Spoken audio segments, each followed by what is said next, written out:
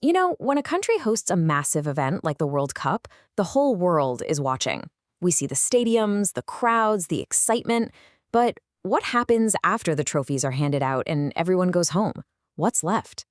Well, the real impact might be something you can't see, but it's way more lasting, a change in how we all see that country. So, what is the real prize for hosting? I mean, beyond the bragging rights and the initial flood of tourists, what's the long-term win? Can one huge party really change the world's mind about a nation? And does that new image actually pay off down the road? That's exactly what we're going to dig into. And to get some solid answers, we're going to rewind the clock to the 2002 FIFA World Cup, which was held in South Korea. Some very smart researchers realized this was a perfect opportunity, like a giant real-world laboratory, to figure out exactly how these mega events can shape a country's reputation. Okay, but before you can measure the impact on a country's image, you kind of have to define what an image even is, right? It's not just about people having a good time. They needed to break it all down. So let's start right there.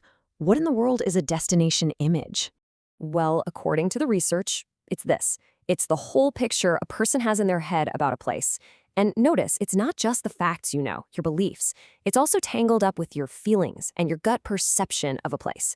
It's pretty much the sum of everything you think and feel about a country. And here's how they made that big, fuzzy idea something they could actually measure. They broke destination image into 4 key parts.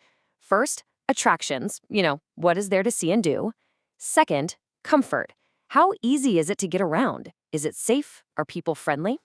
Third, value for money. Pretty simple. Does it feel like you're getting a good deal? And last, exotic atmosphere.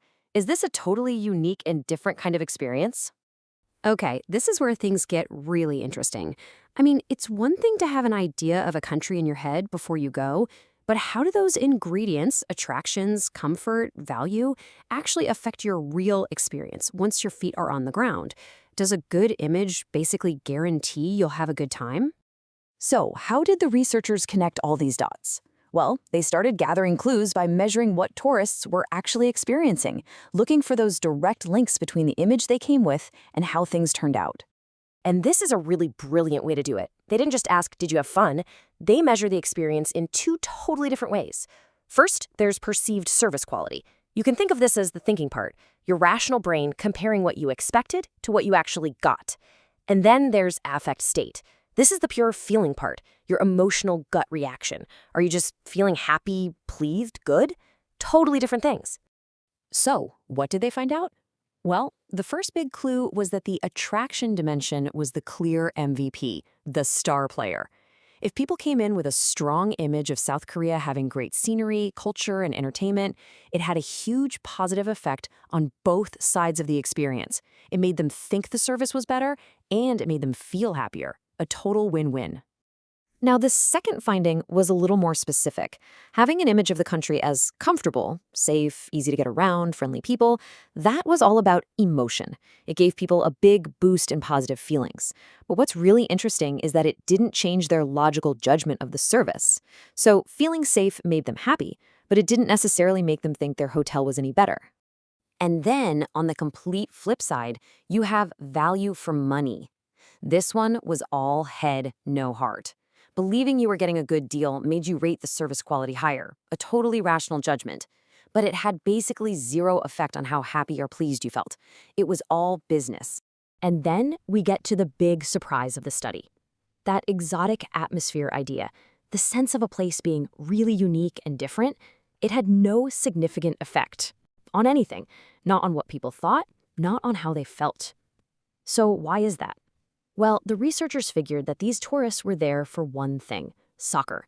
They were less focused on cultural exploration and more on the games. It's a great reminder that sometimes the basics really do matter more than the exotic. So we've seen how a country's image can shape the minute-to-minute experience.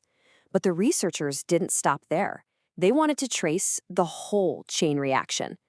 How does a good experience turn into someone saying, "I'll be back"? And they found this perfect domino effect. It all starts with a positive image setting the stage. That image then directly shapes your on-site experience, both your thoughts and your feelings. A great experience then leads to overall satisfaction. And here's the kicker. That satisfaction is what drives you to do something later, like come back for another visit, or just as importantly, tell all your friends they have to go. The researchers themselves put it perfectly. This quote right here shows just how important that link is. A good experience is one thing, but a truly satisfying experience is what turns a tourist into a free marketing agent for your entire country. So, let's be super clear. This is the crucial takeaway. Good service and positive feelings are the building blocks, but they aren't the final goal. The thing you're really aiming for is overall satisfaction. That's the magic moment where a nice trip transforms into future income, either from that same person returning or from the powerful word of mouth they spread.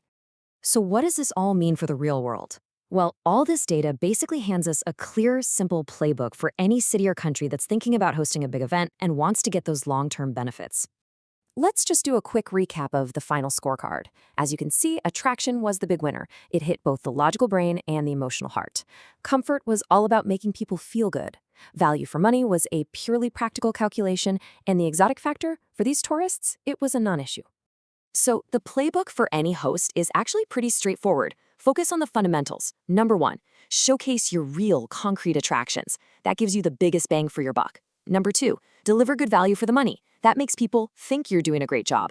And number 3, make sure people feel comfortable. That means safety, good transport, to boost those positive feelings. If you nail these, you're on the path to creating the kind of satisfaction that leads to real lasting success. And all of this leaves us with one final big question to think about. This whole study shows how incredibly powerful a pre-existing image can be. So it makes you wonder, when you picture a country you've never been to, how much of that image was put there by clever marketing, and how much of it was just built quietly in your own mind from movies, news, and stories you've heard your whole life, long before you ever even thought about buying a plane ticket?